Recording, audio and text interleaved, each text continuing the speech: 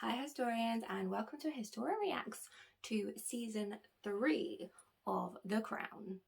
If you haven't already watched my reactions to season 1 and season 2, please go back and watch those. I will link them in the description box below because 1 and 2 has to come before 3.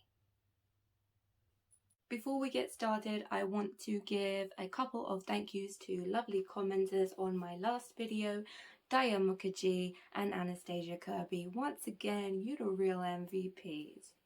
Thank you. I haven't got any new public subscribers to thank this week, but there have been several new subscribers. I just can't see you because your subs are set to private. So if you have subbed and your subs are set to private, please comment below and let me know you subscribed so that I can shout you out in my next video. Thank you to those that are on private. Much appreciated. If you haven't subscribed, please do. Just hit the little button there, because it makes the world of difference. It allows me to have a community tab. It allows me to get people's opinions on what videos they want me to do and things like that when I get to 1,000 subs. So we're really on a push to get to 1,000 subs here. If you know anybody that's really interested in history, particularly women's history and queer history, point them in my direction, send them the links to my videos. I'd really appreciate that. I've got a couple of trigger warnings to give, or content warnings, and then let's get stuck straight into it. So we are going to be talking in this episode about drug use and ODing. I'm not sure how much I can get away with the YouTube gods. We're going to be talking about infidelity, we're going to be talking about mental illness, and we are going to be talking about the death of children in a roundabout way with the Abba Fan disaster. So if that is not for you, I understand, and I will see you on my next video. I don't want my content to hurt or upset anybody. That's not what we're about here. Also, if you are looking for a very brief 10 things the Crown got wrong about the royal family, this is not the video for you. It has been requested that I do a deep dive on this series, The Crown, so that is what we're going to do. We're going to go episode by episode, look at what happened in those episodes, and we're going to break down what's true and what was a little bit of artistic license or complete fabrication in each episode. So if you don't want a deep dive, I'm sorry, this is not the one for you. But if you want to know everything about everything, come in, get comfy, grab some snacks, stay. My final disclaimer before I get started is that throughout this episode I will be referring to Queen Elizabeth II as Liz. This is a term of endearment that we use here in the UK. We say our Liz or Queen Lizzie, and it's not something that is viewed as offensive. It's a term of endearment, like I say. So I will be calling her Liz for brevity's sake mostly, but just know that in the UK it's not deemed as offensive. So let's get on to episode 1, Olding. It's 1964 and Liz has a new stamp portrait done as an older woman. Harold Wilson becomes Prime Minister. This happened in October of 1964. Churchill has another stroke and Liz goes to visit him at home.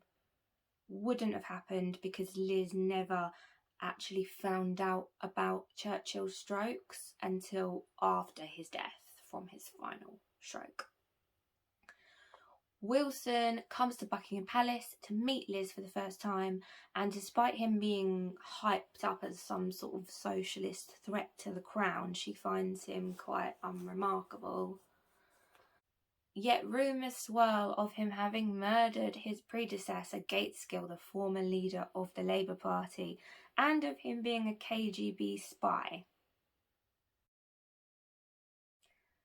Churchill dies. His funeral has a large procession, cannon fire, a flag draped over his coffin, and is televised. Sir Winston Churchill died on the 24th of January 1965, aged 90, from a stroke.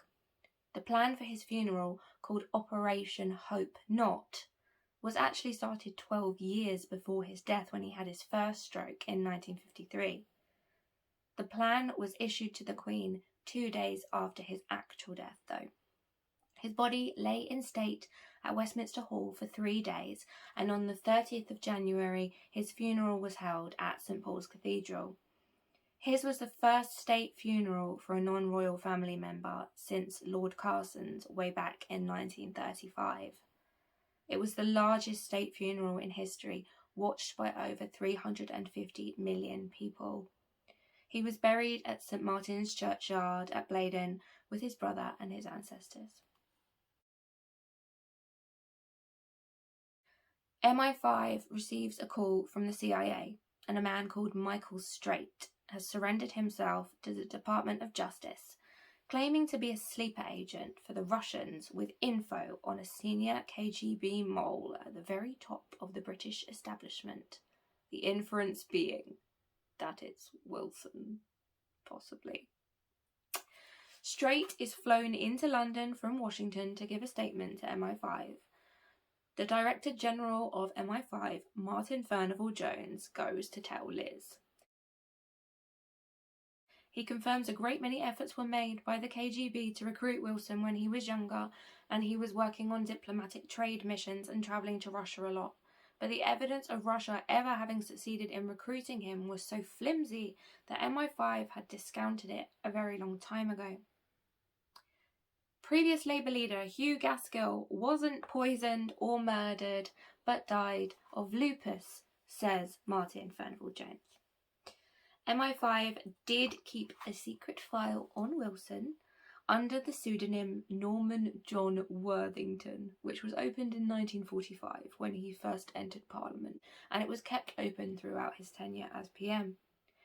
Gateskill died on the 18th of January 1963 of complications from a flare-up of his lupus, which was combined with a viral infection that affected his kidneys, and he was just 56 when he died.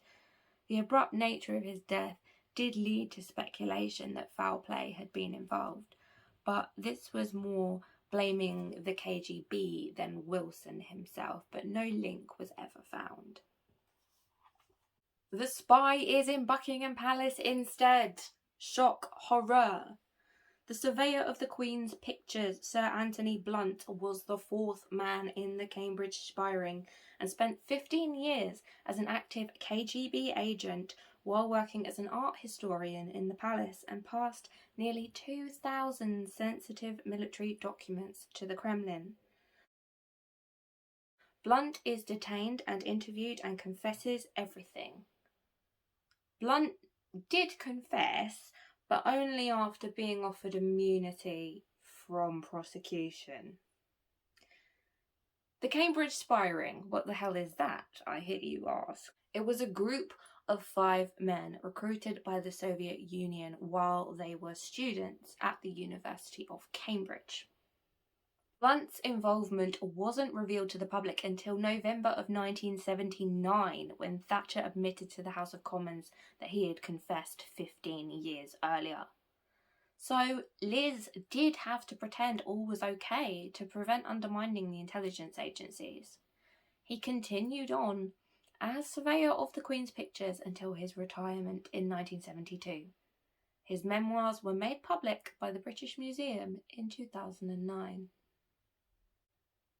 Episode 2, Margaretology.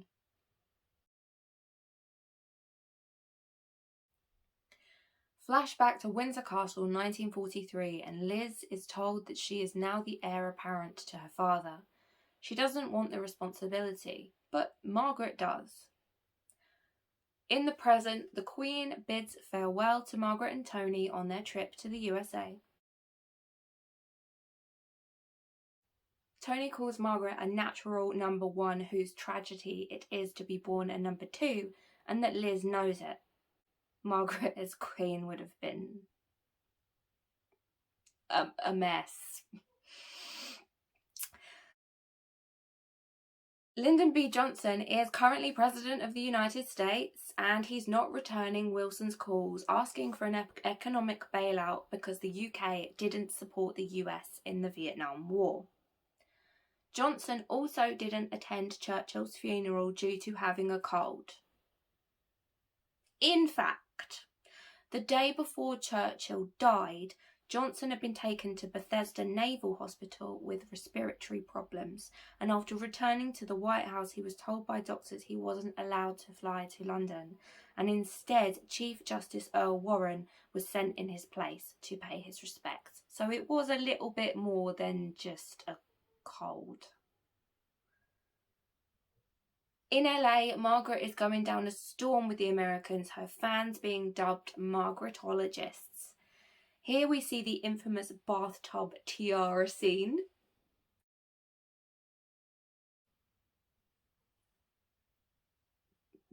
Did happen. Margaret's drinking is getting worse and her and Tony are arguing a lot more. He's annoyed at being overshadowed by her, being second fiddle to a pygmy princess. She says she's always been the second fiddle, and so when the limelight's turned on her, she relishes it. She promises to rein it in at Tony's New York book launch. Johnson gets invited to a weekend shooting at Balmoral, an honour higher than the Kennedys were ever given, but he's not interested. Margaret and Tony go to the Douglas family ranch in Arizona, true, where Margaret has a terrible cough and cold. Johnson then invites Margaret to dinner at the White House to avoid outrightly snubbing the Queen's invitation to Balmoral. And everyone is worried that Margaret will be her usual messy self and fail to secure the bailout. The dinner conflicts with Tony's book launch, but Liz insists that they go. Margaret says she was underwhelmed by Kennedy, which would have been a big breach of protocol to insult someone so prominent and so beloved who'd recently died. But Johnson and her bond over being second fiddle. Johnson had been Kennedy's vice president. With Johnson saying Jack Kennedy would have killed his own mother just to skin off her ass to make a drum to beat his own praises. A drinking contest ensues and bawdy limericks, and then Margaret and Johnson dance and sing together. She staggers home at 4 a.m. with the bailout money in hand, and Johnson firmly won over to the British special relationship. Margaret arrives home to a well played from Wilson and an award of the Order of the Garter from Liz. The truth. Margaret's tour of the US and wooing of Johnson actually got some very bad press over there, and here's a quote. After a succession of drinks, her rudeness knew no bounds. It was almost as though she had contracted a peculiarly royal strain of Tourette syndrome, causing the sufferer to be seized by the unstoppable urge to say the first thing that came into her head, just so long as it was sufficiently unpleasant. Apparently, she called Liz Taylor's engagement ring vulgar, told Grace Kelly she didn't look like a movie star, and upset Judy Garland by asking her to perform on the spot, which made Judy Garland very uncomfortable. The meeting with the President and Lady Bird Johnson on November the 17th, 1965 was actually rather unremarkable. They danced and dined at the White House, and Margaret gave a nice toast about how she and Tony had been made to feel very welcome in the US. And that was about it.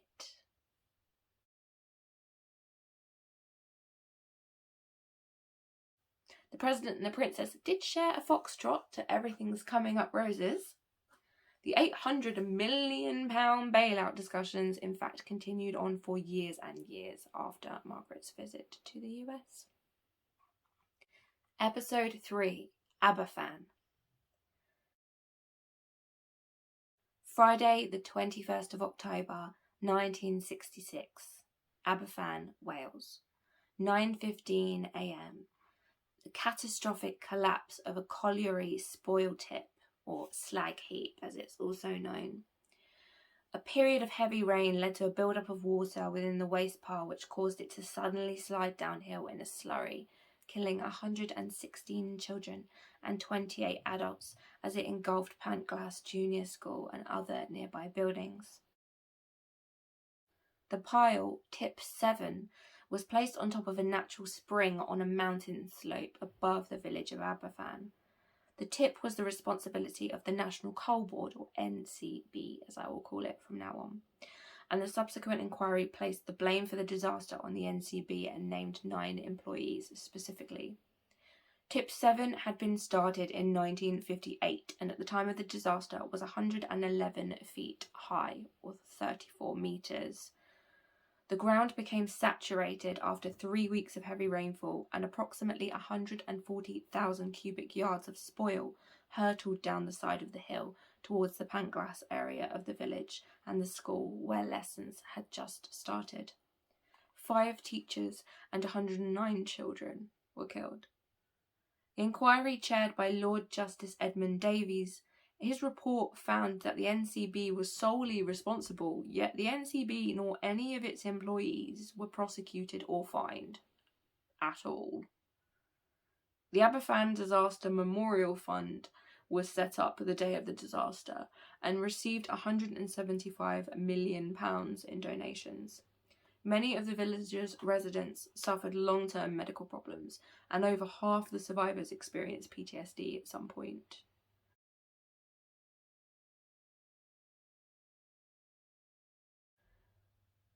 Wilson is cutting the ribbon opening a hypermarket when he receives news of the disaster. People dig through the rubble with their bare hands looking for children. Tip 7 had been over 5 times the 20-foot limit in height and was an accident waiting to happen, and people's complaints had gone unheard for years and years. Wilson asks Liz to go, but she doesn't want to put on a show of comforting people. Sunday the 23rd of October, Margaret is wanting whiskey for breakfast whilst Tony is in Abba Fan, watching them dig up children who had been buried alive and visiting the mortuary where bodies are waiting to be identified and going to see survivors in the hospital. Tony and Philip were the first royals to go to Abba Fan. On his arrival, Tony rushed to the chapel, where around 50 shaken parents were waiting to identify the bodies of their children. He spent time comforting parents and survivors while the emergency services carried on their work. According to biographer Anne de Courcy in her book Snowdon, Wilson wrote in his diary that Tony had gone spontaneously, and instead of inspecting the site, he made it his job to visit the bereaved relatives, sitting holding the hands of a distraught father, sitting with the head of a mother on his shoulder for half an hour in silence. In another house, he comforted an older couple who had lost 13 grandchildren. On Monday, the 24th of October, the public calls for the NCB to be held accountable, and Liz is copping flack for not attending, so she sends Philip in her place. He arrives on Thursday the 27th, visits the school and attends the funeral procession and mass burial. He tells Liz that anyone watching couldn't fail to not only weep, but be broken into 1,000 tiny pieces. The next day, on Friday the 28th, Liz arrives. She goes to the church, the school, meets survivors and those who lost loved ones, and the people receive her warmly. She's greatly moved by the trip, but unable to cry. The tear she is packed dabbing away, she confides was fake, saying, "I dabbed a bone-dry eye, and by some miracle no one noticed." Wilson says hysteria is not what's needed from a head of state, and her calmness in crisis is a positive thing. Liz listens to the hymns sung at the burial and cries.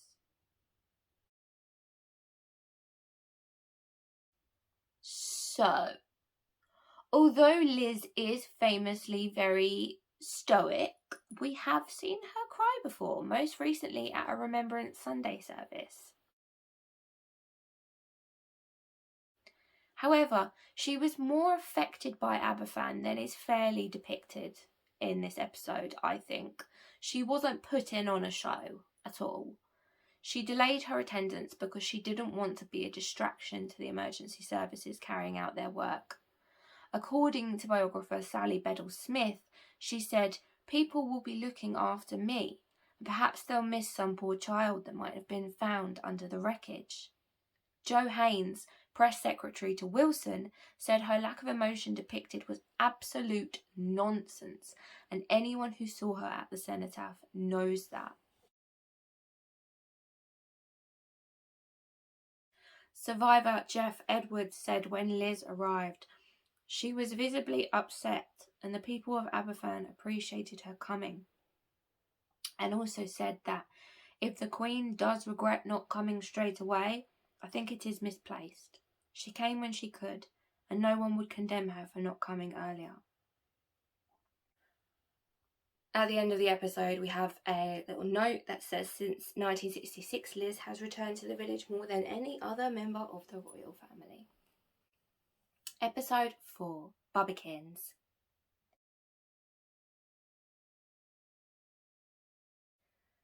Athens, 1967. Philip's mum is a nun in Greece and her order is struggling financially and on the verge of collapse. Philip is in Washington on an 18-day tour of the US and Canada, and he's giving a TV interview. The Queen hasn't had a pay rise in 15 years, and the royal household is having to tighten their belts, sell their yachts, play polo less, etc., etc. An article in The Guardian causes mockery and scorn in Cabinet for their £2.5 million a year allowance of the taxpayers' money not being enough, and that the palace is pleading poverty.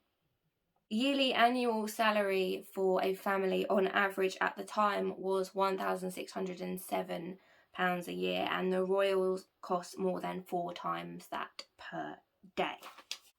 A strong opposing voice to the royals at the time is Barbara Castle. Wilson has the deciding vote on a split cabinet and votes against the pay rise. The Queen did actually ask for a pay rise, but it was in 1971.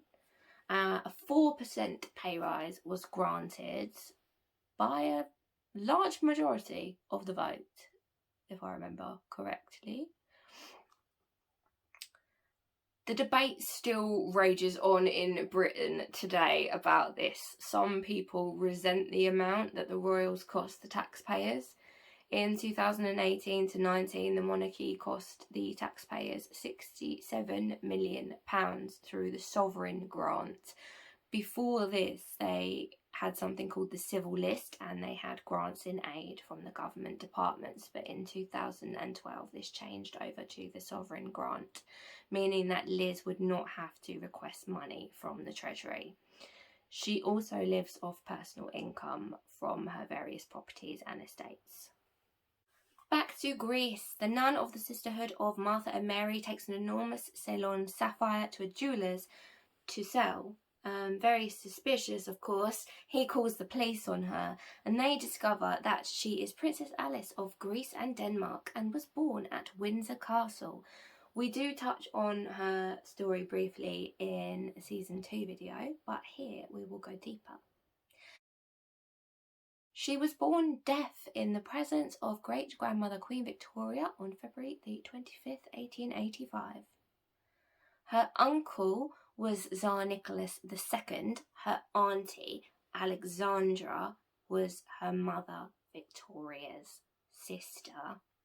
And her second cousin was Liz's dad, George VI. I will try and find some sort of family tree to include here to show you what I'm talking about. But most importantly, she's Philip's mum.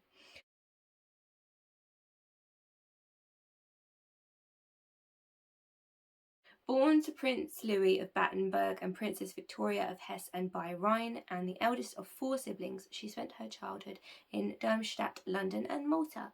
She was educated privately and she learnt to lip read and speak English, French and German. In 1902, at the coronation of her great-uncle Edward VII, she met Prince Andrew of Greece and Denmark. They married a year later. During the Balkan Wars, she was a nurse in military field hospitals while Andrew was in the military. George V actually awarded her a Royal Red Cross for her service in 1913. The couple had 5 children, and we discuss in depth all of Philip's sisters in the season 2 reaction video, so if you haven't watched that, please go back and watch that to get some context on Philip's sisters, their respective husbands. Philip was the youngest of those siblings, and the family were forced to flee from Athens during World War I and the French bombardment of Athens. They fled to Switzerland and then England, where they took on the surname Mountbatten and they renounced their titles. In 1928, Alice converted to the Greek Orthodox Church, and by that winter was convinced that she was receiving divine messages from God and that she'd been granted healing powers.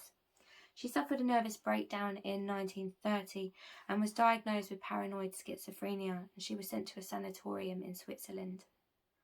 While she was there, Sigmund Freud consulted on her case and believed that her delusions were a result of sexual frustration. Sure, Sigmund, sure. He believed that her ovaries being x-rayed repeatedly would kill off her libido.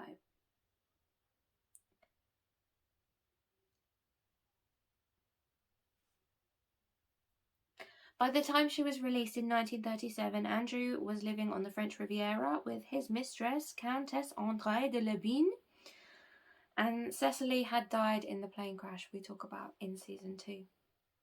In 1938, Alice left for Greece to live and work among the poor, and that's where we find her in the series. Princess Anne is to start some royal duties and is asked by Philip to be in a film about the family for the BBC, and she reluctantly agrees. The cameras will follow them for the next few months to show how hardworking and deserving of that taxpayer money the royal family really is.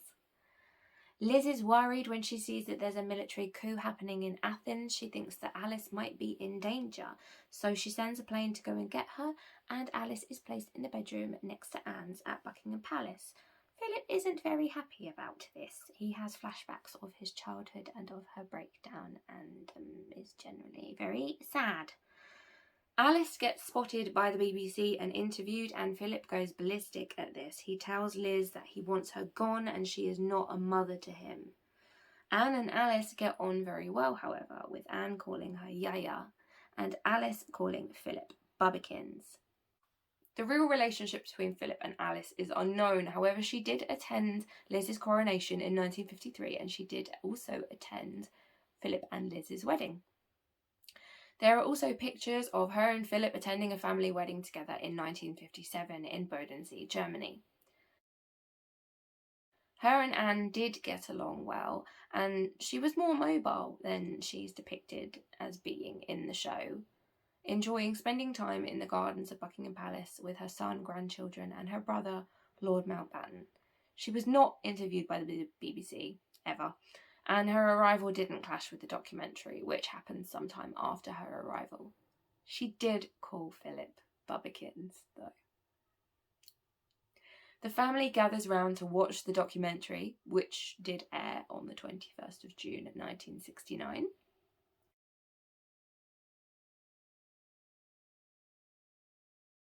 A Guardian journalist ripped it to shreds as out of touch despite record viewing figures, over 30 million in the UK and 350 million worldwide. Liz did in fact later ban the documentary, and it hasn't been shown on British TV since 1977, though this year it has started to reappear on the internet. The documentary was commissioned by Liz to celebrate Charles's investiture as Prince of Wales, and it was the idea of her press secretary, William Heseltine. I can't find any contemporary papers slating the documentary. All I can find is them debating whether it's wise to let people see behind the curtain and dispel the air of mystique surrounding the establishment. Philip wants Anne to do an in-depth profile of John Armstrong and the Manchester Guardian, who wrote the scathing piece that I can't find. Anne sends Alice in her place, and John seizes on the chance to interview the crazy-looking nun who tells her life story, which we discussed. When Philip reads the piece, he goes to her. The papers absolutely love her and see her as marginalised and misunderstood and a war hero. The X-ray treatments that brought on early menopause are denounced as barbaric. Philip apologises for trying to keep her hidden away, and they go for a walk together, arm in arm. So we know there was no Guardian interview, and from what I can find, unfortunately, the press really didn't seem to give a damn about Alice whatsoever, and except for a few nice obituaries that were written upon her death, she received nowhere near the amount of recognition that she should have done for her work during the First World War and her work during the Holocaust. During the Holocaust, she harboured and sheltered Jewish families. She built shelters for orphaned and abandoned children. She ran soup kitchens. She travelled to Sweden to gather vital medical supplies. By the time Athens was liberated in October of 1944, Alice had run out of bread and butter, and she hadn't eaten meat for months, living in squalid conditions so that the less fortunate would not go hungry. She founded the Sisterhood of Martha and Mary in 1949 in Athens, and you know for a fact we are going to do a herstory on Princess Alice of Greece and Denmark, because what a fascinating and incredible woman. Episode 5, Coup. Wilson is getting flack for Britain's trade gap being the worst ever on record at £107 million. The Daily Mirror, which is usually a Labour Party supporting paper, even turns against Labour. The Cabinet proposes to Wilson that Lord Mountbatten is removed as Chief of Defence Staff for refusing to make the cuts to defence that were in the Labour manifesto. Wilson tells Liz he has no choice but to devalue the pound by 14%, which would cause great humiliation. In a TV speech Wilson gives about the pound being devalued, he says, "Now we must choose to put Britain first." I wondered if there was any ties from that statement to the current political right-wing group Britain First. Don't think so. I looked into it and it doesn't appear there is. For those who are outside the UK and may not be aware of the situation, there is a group in the UK called Britain First, which was founded in 2011 as a split-off from the British National Party and the English Defence League, or the EDL, and they sort of split and joined, and they spend the majority of their time being racist, neo-fascist, and extremely, extremely anti-Muslim, and just generally being unpleasant people. So that's all the airtime we're going to give to them on that. To be fair to Wilson, when he became Prime Minister, he actually inherited a debt of £800 million. And the pound immediately came under pressure. But Wilson held out on devaluing the pound despite economists practically begging him to. But by the time 1967 came around, he just couldn't put it off any longer, and it was devalued in November 1967. This measure, though deeply unpopular, along with its accompanying austerity measures, did actually restore the trade balance by 1969, only 2 years. Normandy, France. The Queen Mother is deputising while Liz is away with Porchy researching horse racing tactics. Cecil King, media tycoon and Bank of England director, wants to stage a coup against Wilson's government with his Bank of England friends and make Lord Mountbatten the new interim Prime Minister. Mountbatten agrees to take part in the coup, but only with the support of Liz. Wilson calls Liz and alerts her to the coup, and she heads back to England with Porchy to meet with Lord Mountbatten, where she refuses to back him or get involved at all, and she reminds him of his important role within the family, such as prepping Charles for monarchy and checking in on his sister. He goes straight to Alice, where they lament that they have no kingdom to rule or call home, despite their royal titles. So here's the truth about the coup. There were talks of such a coup in 1968, but they weren't sparked by Mountbatten being sacked as Chief of Defence Staff. He actually retired that position in 1965 off of his own back. Cecil King approached Lord Mountbatten in 1968 in April to advocate for the formation of a coalition government. He met with King and the Mirror's editorial director Hugh Cudlip on the 8th of May, not in the boardroom of the Bank of England like they show in the series, but at a house in Kinnerton Street in London. And he brought along his unofficial advisor, Sully Zuckerman. King asked Mountbatten if he would agree to be the head of a new administration, to which Zuckerman stormed out, saying he wanted no part in this treasonous talk. Despite that, Dicky was down and threw some names into the hat for useful people to include in his new government. Ultimately, though, evidence that Mountbatten's role went beyond a few discussions here and there has yet to surface. Historian Alex von Tunzelmann, drawing on private info from Buckingham Palace, has suggested it was in fact the Queen who talked Mountbatten out of staging a coup. One thing is for absolute certain, though, the Queen would never sanction such an interference and definitely did not get involved in politics to that extent. There will be no coups happening under the watchful eye of Her Majesty Queen Elizabeth II, and certainly not with her agreement. She is famous for not getting involved in politics in that way. We also see a little bit of tension and a little bit of jealousy in this episode surrounding Liz and her trip with Porchy, and Philip's a little bit upset about this, as we touched on in, was it series 1, series 2 reaction video? Absolutely nothing there with Liz and Porchy, completely platonic and lifelong friends. So I'm not even going to give that too much credence.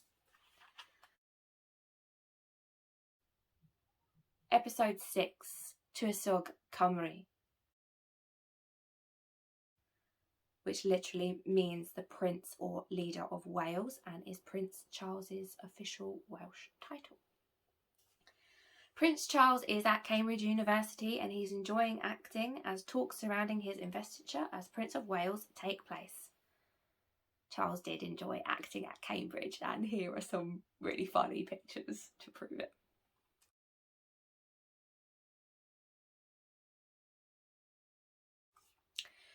Wilson wants him to go and study in Wales for a while and learn the language. Charles says Liz is cold and vile towards him, and Anne retorts that at least he's relevant. The Queen was much closer to Edward and to Andrew than Anne and Charles. I think leaving them so young to go on tour probably didn't help with that very early bond. Aberystwyth, Wales, the Vice President of Plaid Cymru, Edward Ted Millward, is asked to be Charles's language tutor. Charles was met with protesters when he arrived at Aberystwyth Uni. Yes.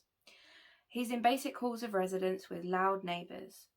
Charles recalled his time there and he said, "I went to these lectures and most days there seemed to be demonstrations going on against me. That was an interesting experience." Wales was quite a nationalist country at the time.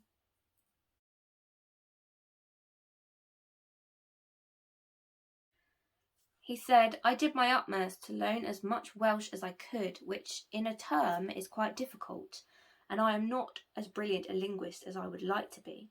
But my being here for that period, it did make an enormous difference to my understanding of the way Wales works, and what I did pick up particularly was an immense sense of real community."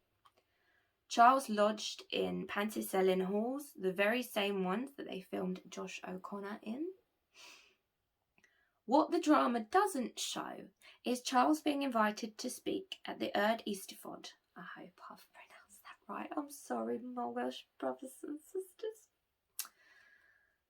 which was being hosted in the town of Aberystwyth that year. As the prince got up on stage to speak, around 100 people stood up and left in protest. It was the first public speech of Charles's life. The 1st of July, 1969, is Investiture Day at Carnarvon Castle. Did Charles change the speech? No, not really. The two speeches, the one Charles gave and the one in the series, are completely different. Whilst Charles did speak lovingly of Wales's determination to remain individual and to guard its own particular heritage, it wasn't the nationalist sounding speech that's given in the series.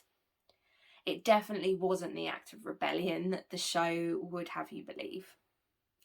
Charles drives back to Cambridge and gets on the stage to perform Richard II. As we said, Charles did act at Cambridge. He was the first royal to ever get a degree, and he was a member of the Dryden Performing Arts Society. They never did Richard II, though. Episode 7, Moon Dust.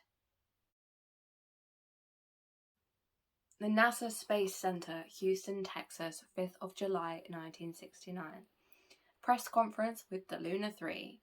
Liz sent a message to go on a silicon disc from the British people along with other dignitaries around the world, along with an olive branch, like some kind of time capsule type thing. Here's a picture. The royal family gather round to watch the Apollo 11 launch. Philip is getting fed up of going to church on Sundays, misses playing polo, and is generally down in the dumps. The new Dean of Windsor Chapel wants to use an empty building to start up a retreat for clergymen going through midlife crises. On the 20th of July, 1969, the kids are woken up and the family gathers to watch the moon landing. Philip is really invested and he watches late into the night, long after everyone else has gone to bed. The one small step for man, one giant leap for mankind line moves him to tears. Flying in a plane, he looks to the moon and starts to climb dangerously in altitude, sitting above the clouds, living for just a minute. A priest invites Philip to meet the men at the recovery centre and he reluctantly agrees to go. They lament about the advancement of science and its impact on their congregation sizes. 500 million people watched the moon landing, gaining a sense of awe, wonder and community which used to come from the church. Philip calls them navel-gazing underachievers infecting one another with gaseous doom.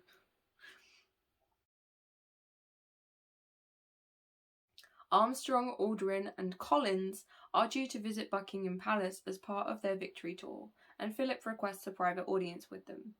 He opens up to them about being an adventurer trapped, and asks how they felt about their place in the universe while out in space. They said they were too tired and busy to really notice anything. And Philip is disappointed by them seeming too young and inexperienced to appreciate the magnitude of what they've achieved. He leaves with none of his questions answered, goes back to the priest's centre to confide his feelings, and admits he's having a midlife crisis. Princess Alice had died not long ago, and she would often ask him where his faith was, and he admits that he lost it. And then we have an end note. For over 50 years, St. George's House has been a centre for the exploration of faith and philosophy. Its success is one of the achievements of which Philip is most proud. This is quite a subjective, private and contemplative episode, so it's hard to say what's definitely true, but we will try.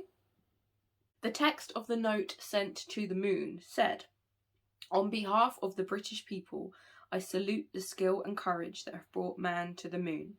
May this endeavour increase the knowledge and well-being of mankind." Royal historian Sally Bedell-Smith said Philip's midlife crisis in the series was a total invention. I don't think he would have known a midlife crisis if it slapped him in the face. He has always been secure and confident, and he has always understood what his role is, and that Philip was never without lots of hobbies and activities to keep him busy. The royal family did host the astronauts at Buckingham Palace in October of 1969. Philip likely would have been drawn to the mission due to his love of science and technology and travel and adventure. Smith, however, says the idea that he was obsessed with them and had a midlife crisis over not being on the moon is really preposterous. He would not have been sitting around brooding about not being an astronaut. Robin Woods, the Dean of Windsor, was a close confidant of Philip's. He did found St George's House along with Philip, and it opened in 1966, 3 years before, however, though it was the same week as the Abba Fan disaster, so you can understand why they wanted to put some distance between the two things in the series. It opened in 1966 as a place to discuss both religious and modern secular issues. Robin said Philip always gave the project his unconditional support. St George's House remains active to this day, offering by invitation only consultation programs for discussion and talks, and they are committed to effecting change for the better by nurturing wisdom through dialogue. Episode 8, Dangling Man.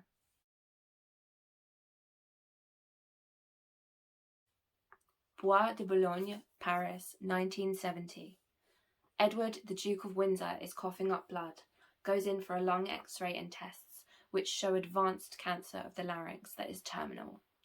Palliative care and morphine are the only option now. Wallace's response is to throw the biggest party ever.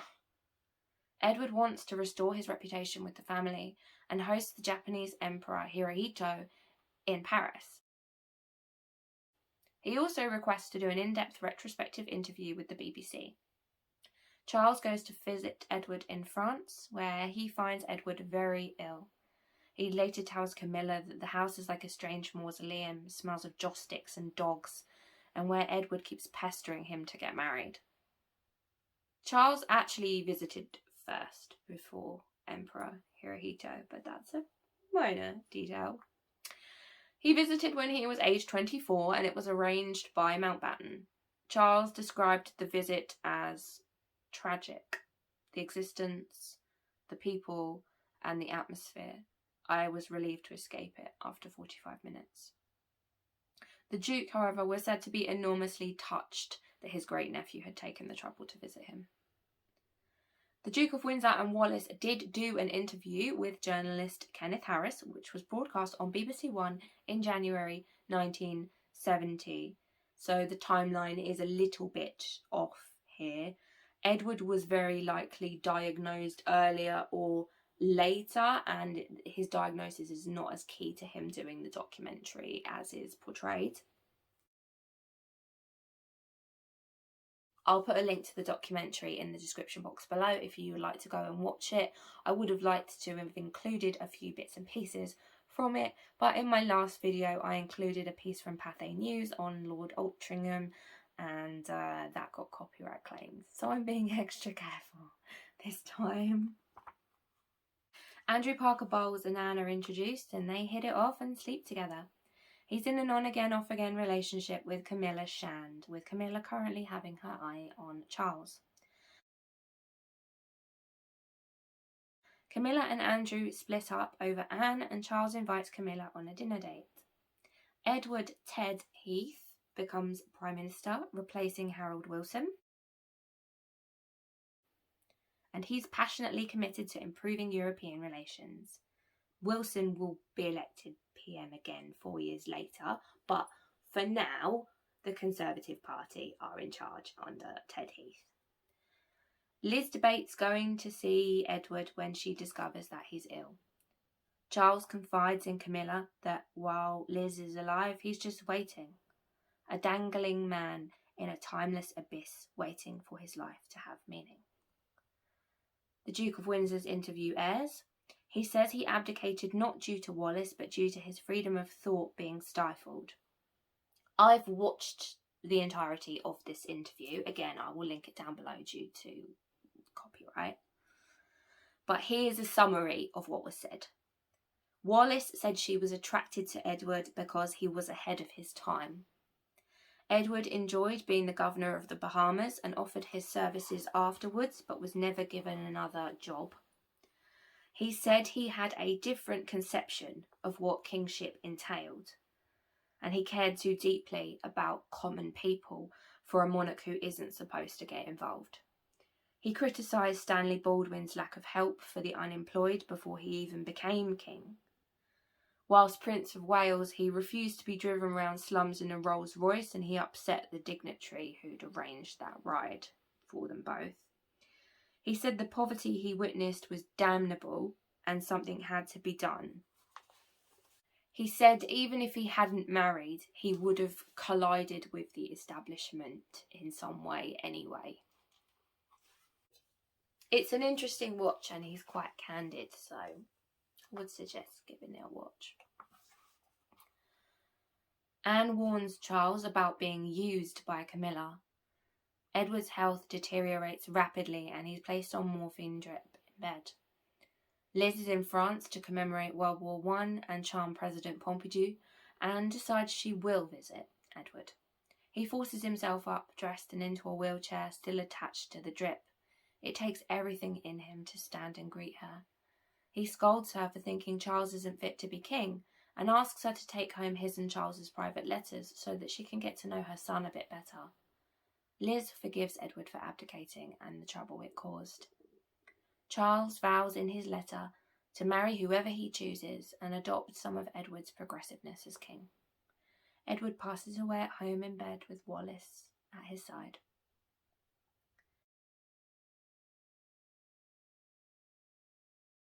So, Liz, Philip and Charles, not just Liz, the three of them, did go to the Duke and Duchess's house for tea in May 1972.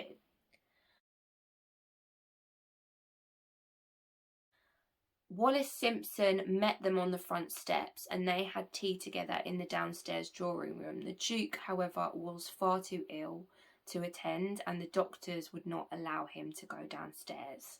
Liz did go upstairs and they had a 15-minute chat alone, just the two of them in his private sitting room, where he managed to rise from his bed and bow to her with great difficulty.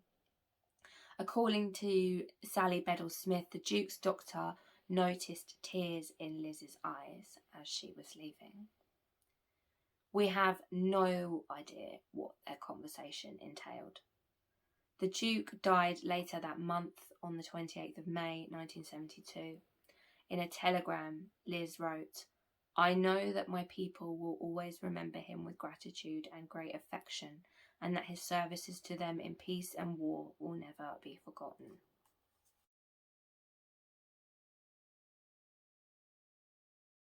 Episode 9, Imbroglio, which is an extremely complicated or confusing situation, a jumble, a mess, like the abdication imbroglio of 1936.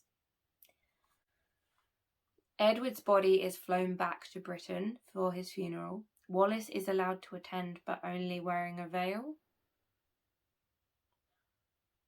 Hard to clarify this one. There are lots of photos where she's wearing a veil, but it seems a strange stipulation for the funeral of her husband. Wallis thanks Charles for his letters to Edward at the wake and gives him a pocket watch and a compass, telling him to watch out for his family. They don't mean well and they don't have his best intentions at heart, and that he should let nothing get in the way of love.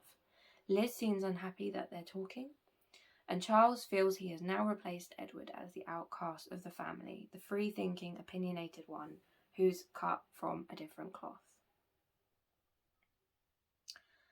Edward's casket was flown to the UK and he was laid to rest on the 5th of June 1972 in the Royal Burial Ground at Windsor, with a small private service held at St George's Chapel beforehand. The burial was only attended by 14 people. It was very private, but hundreds of members of the public gathered outside the chapel and laid flowers along the grass verges leading up to the chapel. After the funeral, Wallis flew straight back to France, where she lived until her own death in 1986.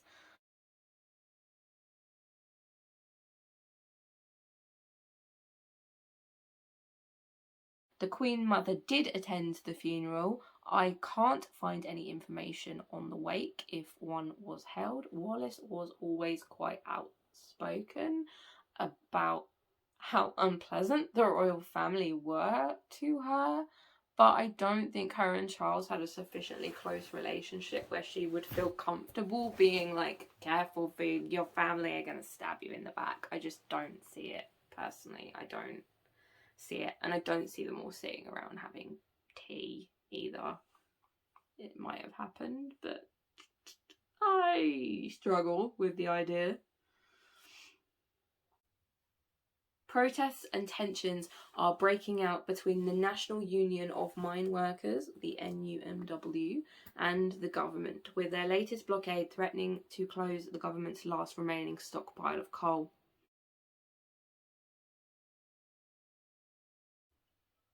The workers are fighting for a wage increase after unsuccessfully trying to negotiate this. Liz tells Ted Heath she thinks the workers' demands are quite reasonable, actually. Tez says they've quietly moved 8 weeks' worth of coal to secret locations. Philip tells Liz that there was a doctor's daughter who was in love with Ted and waited for him during the war, but Ted chickened out at the last minute and she married someone else, and Ted remained unmarried and childless. Now, Edward Heath was a lifelong bachelor, and this was so against the norm for the time that there was constant speculation about his sexuality. Later on, Wiltshire police actually investigated claims of the P word YouTube doesn't like against him, though nothing was ever proven. His family and friends assert that he just wasn't interested in sex at all. During his tenure as Prime Minister, Private Eye referred to him as Sailor Ted, which was supposedly a reference to his love of yachting, but the inference to his sexuality was and is quite clear there.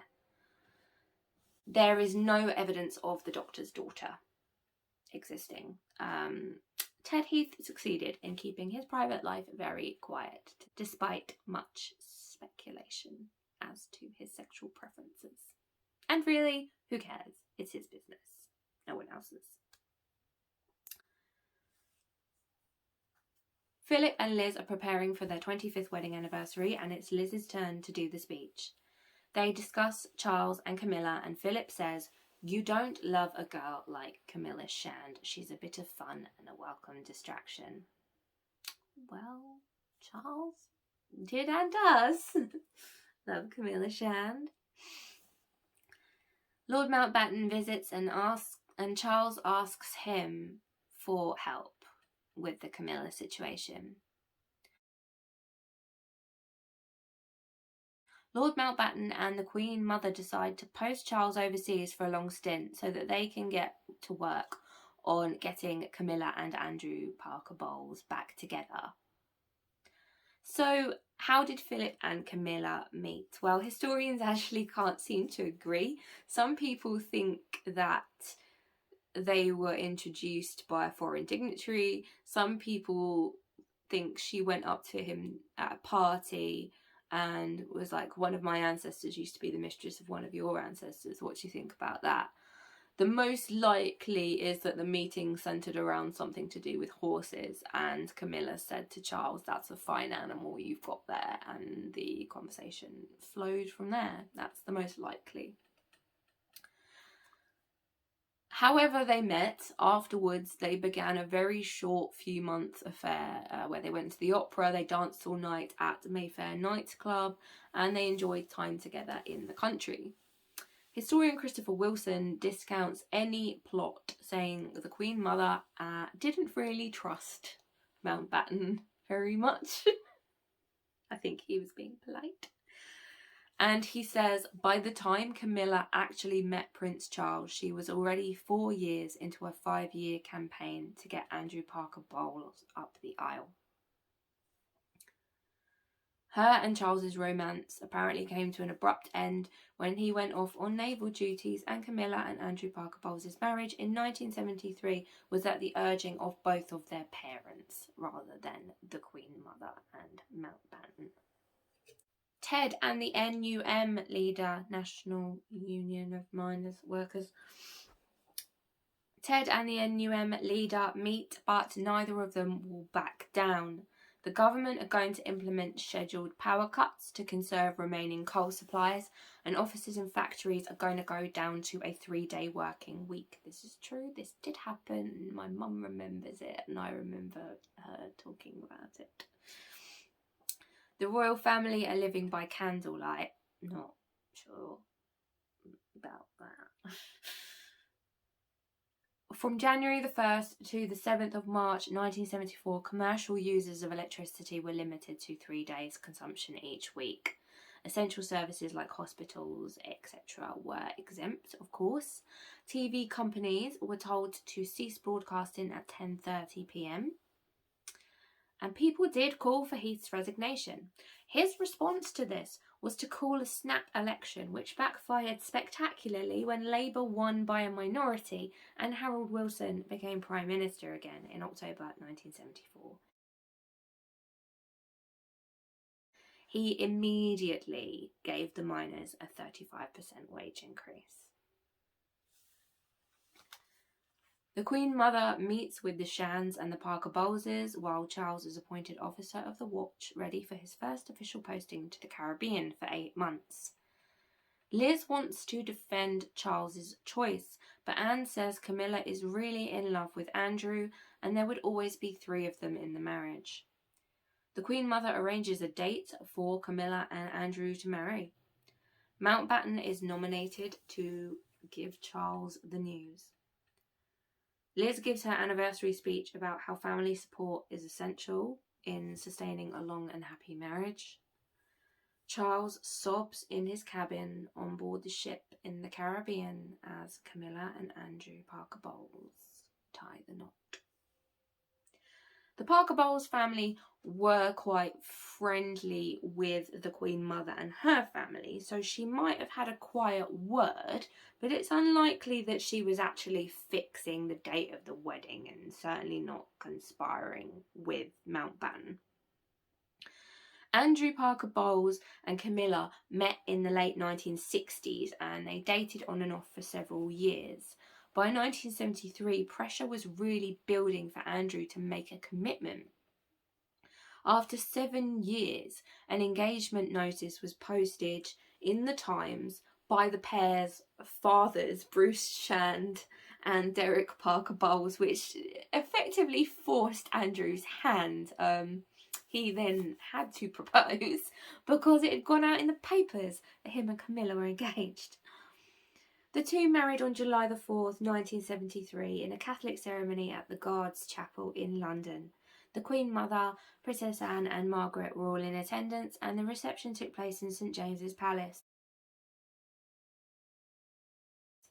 The couple went on to have 2 children together, Laura and Tom.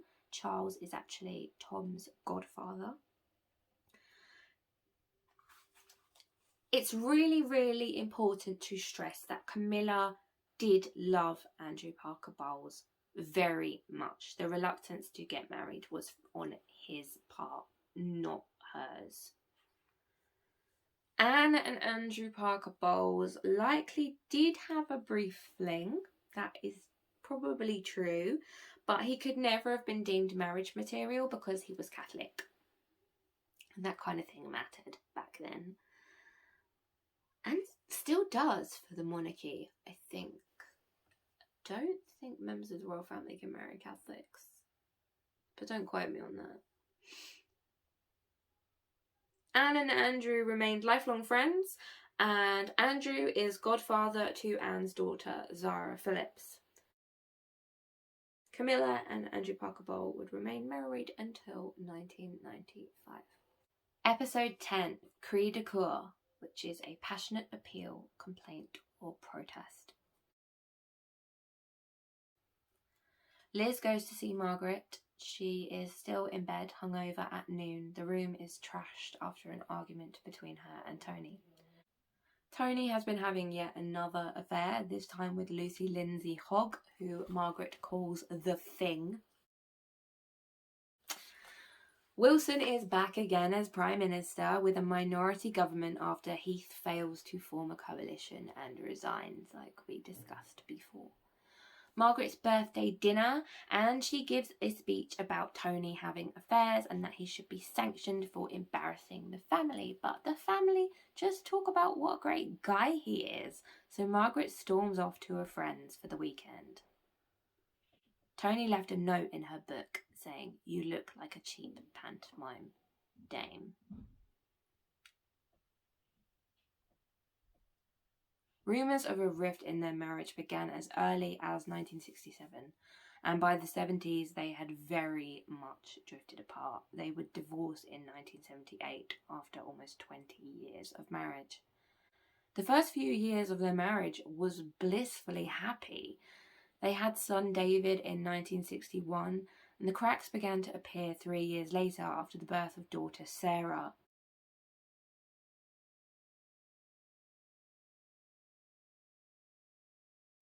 Both had casual flings.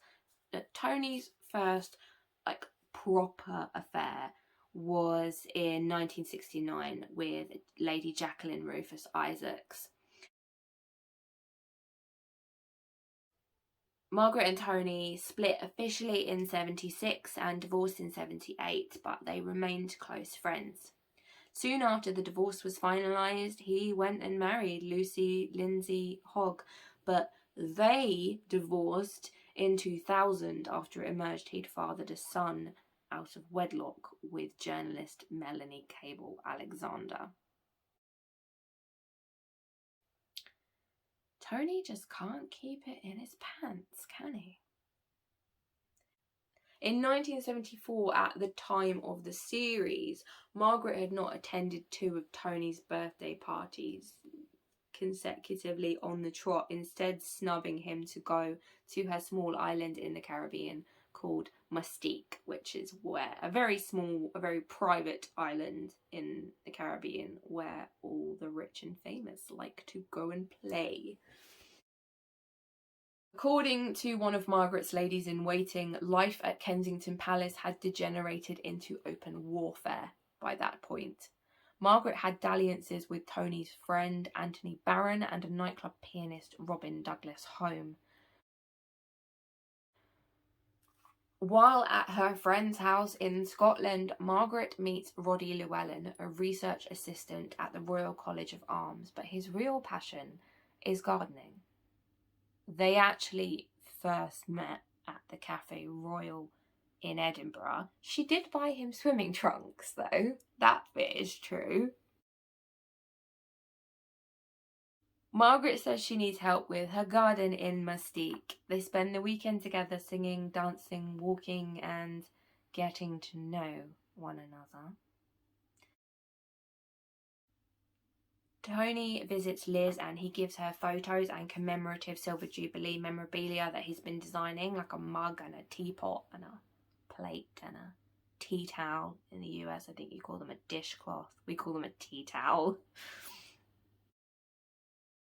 She asks him to patch things up with Margaret, and he says he wanted to make things work until he heard about Margaret and Roddy going to Mustique together. Margaret and Roddy get papped together under the headline Lady and the Tramp. Can't find this article, FYI. She's ordered back to Britain to clamouring press. They did get papped in 1976, 3 years after they met. But the pictures, which I will show, are nowhere near as intimate as they are in the series.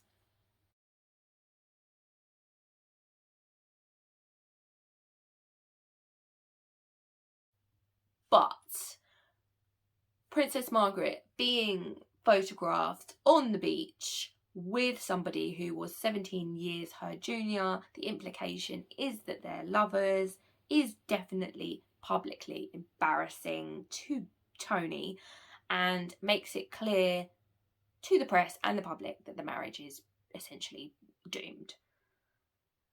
Roddy and Margaret hit it off straight away, and their affair actually continued for 8 years. They eventually broke up in 1981, long after her and Tony split.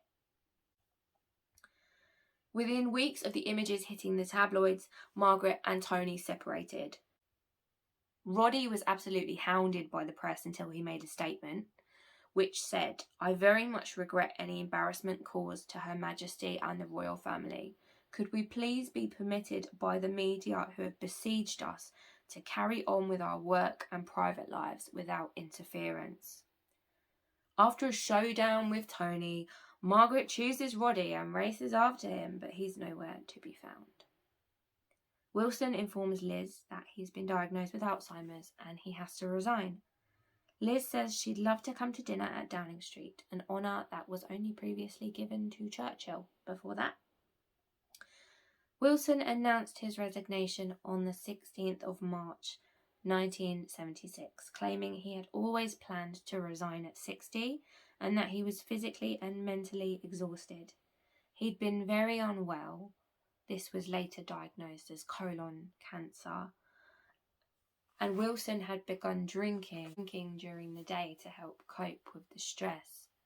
He told a close advisor as early as 1974 that, "I have been around this racetrack so often that I cannot generate any more enthusiasm for jumping any more hurdles." By 1976, he may have been aware of the first stages of early onset Alzheimer's disease, but this wasn't the main reason for his resignation by any means whatsoever. He just had lost his passion for politics and he was ill, but he probably didn't know exactly what it was. James Callaghan won the vote to take over as leader of the Labour Party, and he remained Prime Minister until Thatcher in 1979. Margaret takes an OD of nitrazepam, which is brushed off as a cry for attention by the Queen Mother. Liz goes to see her. Roddy has run off to Morocco, and Tony has gone back to the Thing. Their divorce will be the first royal divorce since Henry VIII and Anne of Cleves in the 1500s, which is actually true, shockingly. Liz suggests timing their divorce announcement so that it gets lost among the PM's resignation news. Liz says Margaret is the closest and most important person to her, and losing her would be unbearable.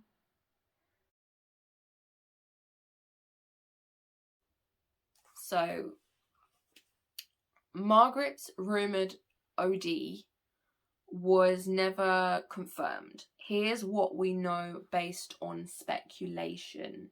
According to The Guardian, a 1996 biography of the Queen stated that Margaret tried to end her life in 1974. Time reported that she suffered a nervous breakdown as her marriage to Snowdon was falling apart. Caroline Davis wrote for The Telegraph that, at the height of her distress and unable to sleep, she took a handful of Mogadon tablets, and anxious staff found they were unable to wake her. Margaret's friends and the royal family have always denied these rumours. And we end on Jubilee Day. Liz is celebrating 25 years as Queen, but Liz feels inadequate, that the country's falling apart, and she's failed at a second Elizabethan era.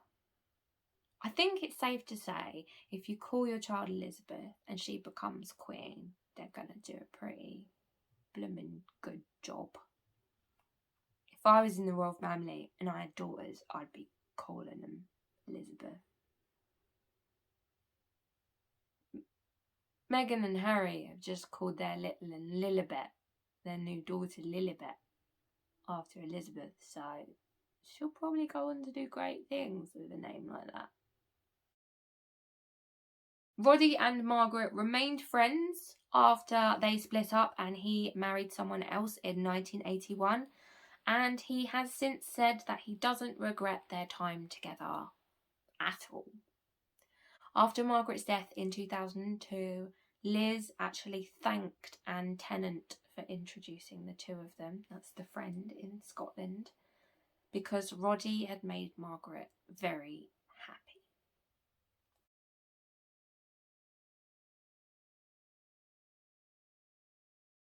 So there we go. That is my reaction to season 3 of The Crown. Let me know what you thought. How was the historical accuracy in this series? Season 1 was pretty bang on. Season 2, it started to deviate. Season 3, they're taking a little bit of artistic license with people's thoughts and feelings and,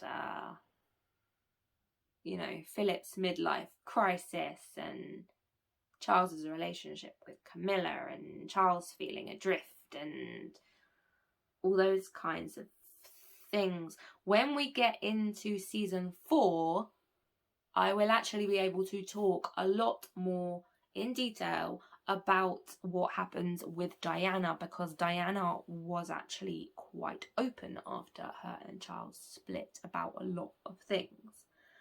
So that's a bit easier to comment on. This season is not so easy to comment on. It's a lot of inward reflection and things like that. The main events are true. The timeline is jumbled up all over the place, but usually the events are happening within a few years of the right time. This series just felt a little more of a reach for me than the previous series had. But perhaps that's because in season 4 there is plenty of drama to sustain us. I will say, as we go forward, I really would not like to see hateful comments against Camilla and Charles when we talk about Diana. They're human beings, and yeah, they're human beings. Anyway, thank you so much for joining me for this episode of A Historian Reacts to Season 3 of The Crown. I really hope you will join me next time for my analysis of Season 4, and I really hope you will hit that subscribe button. Go on, just do it now. Thank you. And please comment below and let me know that you have subscribed, because if your subs are set to private, I can't see it, and I would like to give you a shout out in my next video. If you'd like to message me, you can find me on Instagram at the Herstory Girls. Please send me any suggestions that you would like me to do for further episodes of Herstory or Historia Reacts, and I will catch you guys next time. Thank you very much. See you soon. Mwah. Are we filming now? If you haven't watched my reactions to season 1 and season 2, please go and watch those first, because 1 and 2 comes before 3. I left my glasses on. Damn it. No test run. Okay, what do we think to this? Is this good? Is this okay? Is everything good?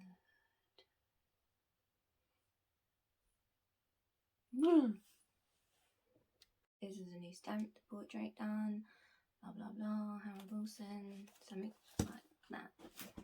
She was born which made Julie Garden. Julie Garden. Tuasog Cymru. Tuasog Cymru. Tuasog Cymru. I'm sweating. It's not a good look. We're not dewy. We're not glowing. We're just sweaty. It's a sweaty Betty with frizzy hair. What the hell is this monstrosity? God damn it. Why can't I just be normal? Why can't I just be a normal go. We still recording.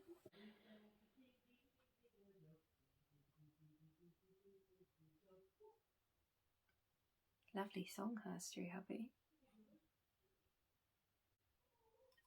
What is happening here, please and thank you? Please and thank you. Get stuffed. Please and thank you. Please and thank you. Get stuffed. Please and thank you.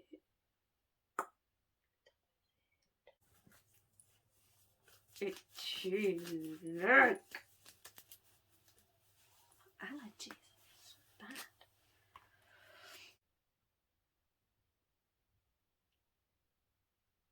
Planning on slamming into more doors, Herstory, hubby.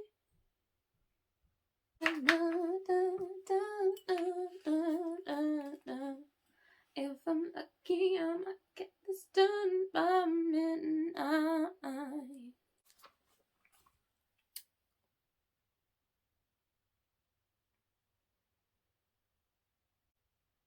I'm so blind without my glasses. Help! I can't find my glasses. The end note. Nearly. You bastard.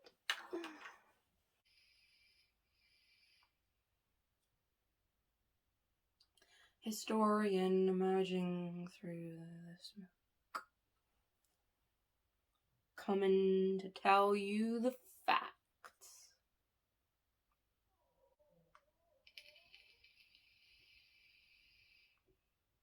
Because we deal in facts, not conjecture.